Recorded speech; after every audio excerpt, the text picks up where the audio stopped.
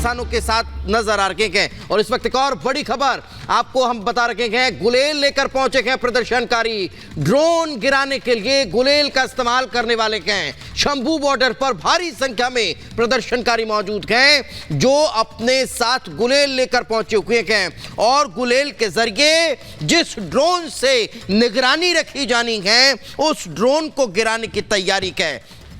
तो निगरानी के लिए ड्रोन का इस्तेमाल किया जा रहा है, आंसू गैस के गोले के लिए भी ड्रोन का इस्तेमाल किया जा रहा है। शंभू बॉर्डर पर तनाव लगातार बरकरार है। बीती रात से भी इस तरह की तस्वीरें आई है। हरियाणा में प्रदर्शनकारियों को रोकने के लिए सुरक्षा की भी कड़े इंतजाम किए गए हैं, तो आंदोलनकारी भी आगे बढ़ने पर अड़े हुए हैं। क्या स्थितियां वैसे ही होगी, ये रिपोर्ट देखिए। शंभू बॉर्डर पे आज किसानों के धरने का दूसरा दिन है। सारी रात इन किसानों ने सड़क पे बिताई और दूसरे दिन अब ये लोग स्ट्रैटेजी बना रहे हैं कि किस तरह से दिल्ली की तरफ कूच की जाए। ये तस्वीर आप देख सकते हैं कि किस तरह से पूरा का पूरा जो शंभू बॉर्डर है उसको जो ऑक्यूपाई किया हुआ है। और सारी रात, कल रात सरवन सिंह पंधेर, जगजीत सिंह डल्लेवाल की एक मीटिंग हुई जिसके बाद उन्होंने तय किया कि सभी लोग यहीं पर रुकेंगे। और इन्हीं ट्रैक्टर्स एंड ट्रॉलीज में उन्होंने अपनी रात बिताई। रात बिताने के बाद अब सुबह उठ के स्ट्रैटेजी बना रहे हैं कि आखिरकार किस तरह से आगे बढ़ा जाएगा। कल का दिन बहुत ही ज़्यादा तनावपूर्ण था जब हरियाणा पुलिस की तरफ से टीयर गैस शेल फायर किए गए और ड्रोन्स के जरिए टीयर गैस शेल फायर किए गए और रबर बुलेट्स का यूज़ किया गया रोकने के लिए। सिक्योरिटी की लेयर को तोड़ के आगे बढ़ने की आज दोबारा से कोशिश की जाएगी। कल रात सरवन सिंह पंधेर और जगजीत सिंह डल्लेवाल ने जब देर शाम मीटिंग की किसानों के साथ और उसके बाद ये तय किया गया कि रात यहीं पे बिता के और आज सुबह से फिर वही अटेम्प्ट की जाएगी। ये तस्वीरें आप देख सकते हैं। इसी तरह का ये एक बैरिकेड दिखा रहे हैं हम आपको, पुलिस के बैरिकेड किसान खुद लेके आए हैं। ये भी एक इनकी स्ट्रैटेजी का हिस्सा है कि किस तरह से लेयरिंग करके आगे बढ़ने की कोशिश की जाएगी। और दूसरी तरफ से देर रात तक जो हरियाणा पुलिस की तरफ से टीयर गैस शेल्स फायर किए गए और इनको रोकने के लिए। और ये तस्वीर है सुबह की ये तस्वीर है कि किस तरह से सुबह यहाँ पर जो है स्ट्रैटेजीज बन रही हैं, आगे बढ़ने की कैसे कोशिश की जाएगी। शंभू बॉर्डर का ये दूसरे दिन की तस्वीर है। हजारों किसान सड़कों पे हैं। रात इन्होंने अपने ट्रैक्टरों और ट्रॉलियों में बिताई है और अब सुबह उठ के स्ट्रैटेजी बना के आगे कैसे बढ़ा जाएगा वो तैयार की जाएगी। और सरवन सिंह पंधेर, जगजीत सिंह डल्लेवाल जो इनके लीडर हैं वो तय करेंगे आगे की रणनीति की आखिरकार दूसरे दिन आगे बढ़ने की कोशिश किस तरीके से की जाएगी। कैमरा पर्सन किशन कुमार के साथ अमनदीप दीक्षित।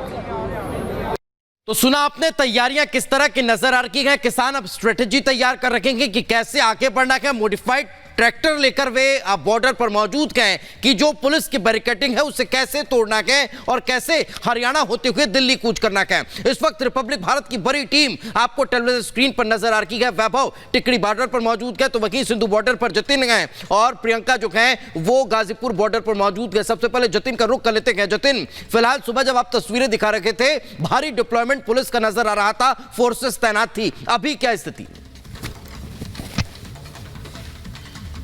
आज बिल्कुल दिपेश, शंभू बॉर्डर पर जो स्थिति है उस पर दिल्ली पुलिस की नजर है और यही कारण है कि वहां की स्थिति में जो चैलेंजेस आ रहे हैं वो दिल्ली में फेस ना करने पड़े, उसको लेकर तमाम तैयारियां सिंघू बॉर्डर पर की जा रही है। मैं आपको ये तस्वीर दिखाऊं, सामने आप जेसीबी मशीन देख रहे हैं जो कि मिट्टी को अब डंपर में डालती हुई नजर आ रही है। दरअसल यहाँ पे गड्ढे खोदे गए हैं। शंभू बॉर्डर के आसपास तमाम जो गाँव के इलाके, इंडस्ट्रियल इलाके हैं, उनकी संकीर्ण प्रदर्शनकारी फायदा ना उठाए, उसको देखते हुए आप बगैर सोची समझी स्थिति के बारे में लोग आलोचना करें,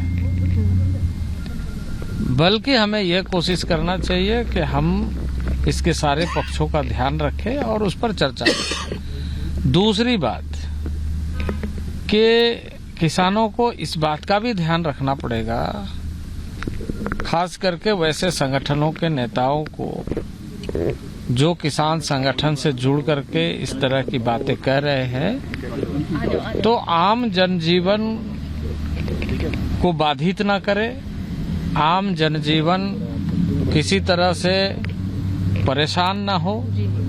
एक सामान्य लोगों के लिए कठिनाई पैदा करना, मैं समझता हूं कि इससे समस्या का समाधान के बजाय समस्या और अधिक उलझती है।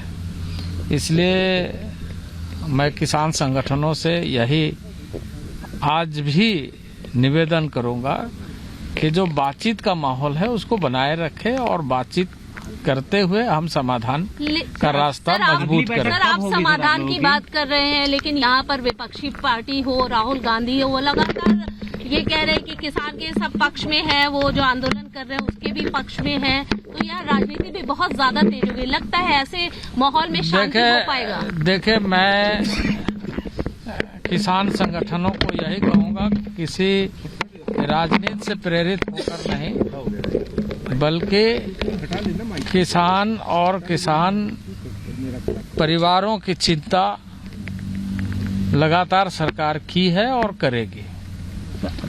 किसान संगठनों को इस बात का ध्यान रखते हुए कि हम लगातार इस बात को ध्यान में रखें कि असामान्य स्थिति पैदा करके किसी का समाधान नहीं हो सकता। अगली बैठक कब होगी? सर, अगली बैठक हुई बताएंगे। थैंक यू, धन्यवाद। तो कृषि मंत्री अर्जुन मुंडा को आप सुन रहे थे, वो कह रहे हैं कि कोशिशें जरूर की जा रही हैं और प्रदर्शन से आम लोगों को परेशानी ना हो, इस बात का किसान ख्याल रखें। वो कह रहे हैं कि सरकार को किसानों को की चिंता है और किसानों की चिंता को लेकर कर भी उनकी तरफ से कहा गया था कि हम बातचीत करने की कोशिश कर रहे हैं, लेकिन कोई फैसला जल्दबाजी में नहीं ले सकते हैं, ये बात भी अर्जुन मुंडा ने कही है। और हमारे साथ हमारे सहयोगी लगातार जुड़े हुए हैं। लोमस का रुख कर लेते हैं। लोमस, सरकार ये कह रही है कि हम समाधान निकालना चाहते हैं, आम जनजीवन लेकिन इससे वो कहीं ना कहीं बाधित हो और जल्दबाजी नहीं कर सकते, ये भी सरकार बता रही, लेकिन बातचीत का रास्ता खुला है।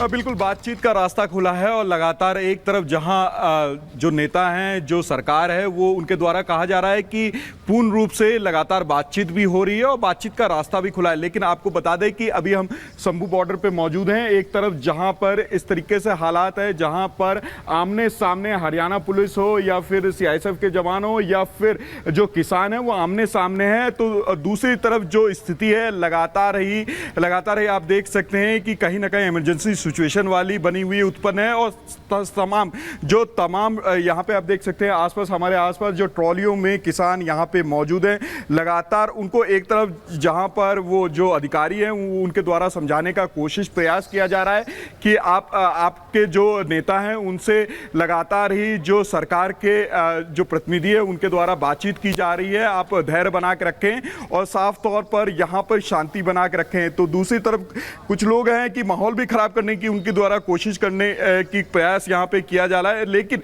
अब देख सकते हैं कि जिस जगह पे हम हैं वहाँ पे लाखों की संख्या में किसान मौजूद है। उनका एक ही बात कहना है कि हमारी बातें जो सरकार के प्रतिनिधि हैं वो सुन लें और जिस तरीके से हम अपनी बात यहाँ पे सुनवाना चाहते हैं, हमारी कुछ मांगे हैं उनको पूर्ण रूप से मान ले। हम कुछ किसानों से भी बात करने की प्रयास यहाँ पे करेंगे। यहाँ पे किसान काफी भारी संख्या में यहाँ पे शंभू बॉर्डर पे मौजूद है, क्योंकि ये रास्ता पूर्ण रूप से दिल्ली की तरफ जाता है और यहाँ पे हम किसानों से बात करने की भी कोशिश करेंगे।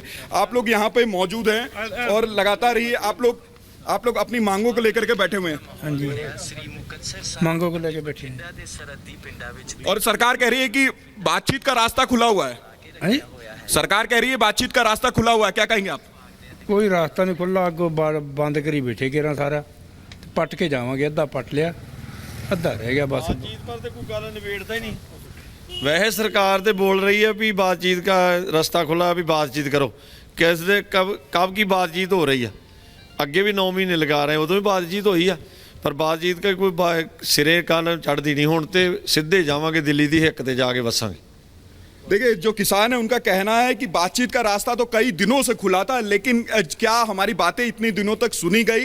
और अब जिस तरीके से जो सरकार है, जो सरकार के लगातार प्रतिनिधि है, उनके द्वारा ये कहा जा रहा है कि बातचीत का रास्ता खुला है, किसान बातचीत से ये मसला पूरा समझाए। लेकिन किसानों का कहना है कि हमारी मांग है उसको एक बार सुन तो लें और हमें उसके लिए दिल्ली जाना है। वहाँ दिल्ली में जो केंद्रीय नेता हैं वो हमारी मांगों को ध्यान से सुने, हमें अपनी मांग वहां तक पहुंचानी है। वो बात बात की बात है कि वो उनकी मांग माने या ना माने, पहले हमारी मांग तो सुने। बिल्कुल लोमस, लेकिन अगर हम बैठकों की बात करें तो कमेटी का गठन भी किया गया था, 37 छोटी और 6 बड़ी बैठकें हो चुकी हैं, लेकिन न जाने क्यों ऐसा लगता है किसानों को बातचीत नहीं की गई है। बातचीत का रास्ता आखिर बनेगा कैसे? हम टिकरी बॉर्डर की तरफ भी रुक कर लेते हैं। वैभव हमारे साथ जुड़े हुए हैं। वैभव, टिकरी बॉर्डर पर किस तरह की स्थिति है? क्या यहाँ भी किसी तरह की झड़प की स्थिति उत्पन्न हो सकती है? निगरानी के लिए क्या यहाँ भी ड्रोन का इस्तेमाल किया जा रहा है? क्या तस्वीरें हैं?